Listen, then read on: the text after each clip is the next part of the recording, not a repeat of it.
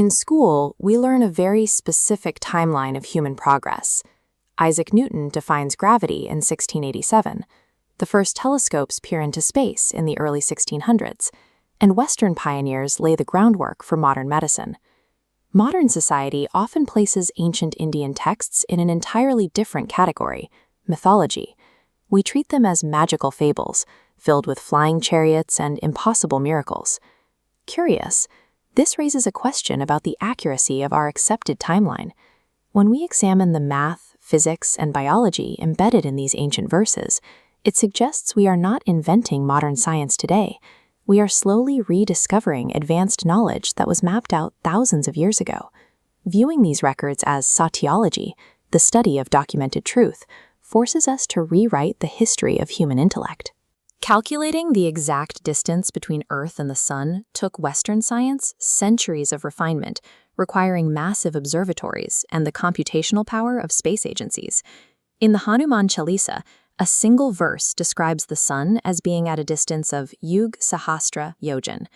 When you multiply the ancient values for these units, 12,000, 1,000, and 8 miles, you reach approximately 96 million miles. This aligns almost perfectly with the modern scientific measurement of roughly 93 million miles. This precision indicates the existence of a highly structured mathematical framework long before the first telescope. At the center of this framework is the number 9. It appears constantly in ancient Indian systems, from the traditional 9 planets, the Navagraha, to the 9 months of human gestation. You can find this mathematical constant in geometry. A 90-degree right angle, 9 plus 0 equals 9. A 180-degree straight line, 1 plus 8 plus 0 equals 9. A full 360-degree circle, 3 plus 6 plus 0 equals 9. Ancient sages used this mathematical formula to decode the mechanics of the solar system centuries before the invention of the telescope. These principles also applied to terrestrial physics, specifically the invisible force holding us to the ground. In 668 CE, the Indian mathematician Brahmagupta wrote that it is the very nature of the earth to attract and keep objects, much like it is the nature of water to flow.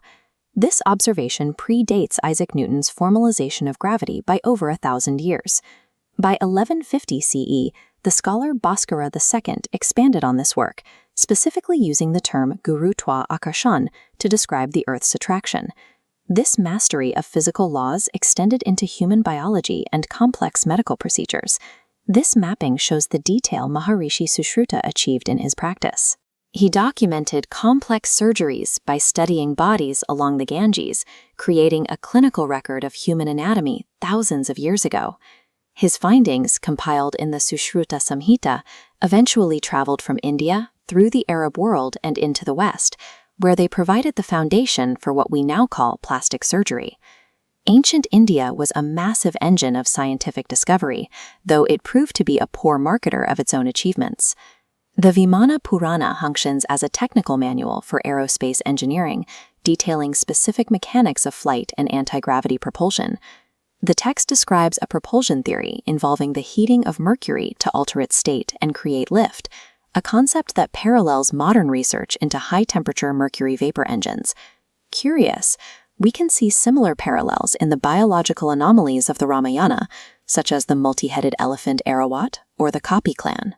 Paleontology shows that 99% of all animal species are now extinct, including the massive megafauna like the mammoth. These prehistoric remains mirror the scale and power described in the ancient accounts of Airawat. The Kapi clan, described as a distinct lineage with unique social structures, parallels our discovery of other intelligent hominid species that lived alongside early humans. The descriptions of these creatures in ancient texts match the findings in the fossil record and cutting-edge engineering theories. If humanity was once this advanced, we must account for how this knowledge was lost. The concept of the yugas describes a timeline of human chronological devolution. According to this framework, human DNA, purity, and mental capacity deteriorated over millennia as we move toward the current era. The knowledge didn't disappear. Rather, humanity lost the intellectual capacity to decode its own blueprints. Science was reduced to superstition. These ancient texts serve as the surviving scientific logs of an advanced, lost civilization. The next time a massive scientific breakthrough is announced, remember that we are not necessarily inventing the future. We are only remembering our past.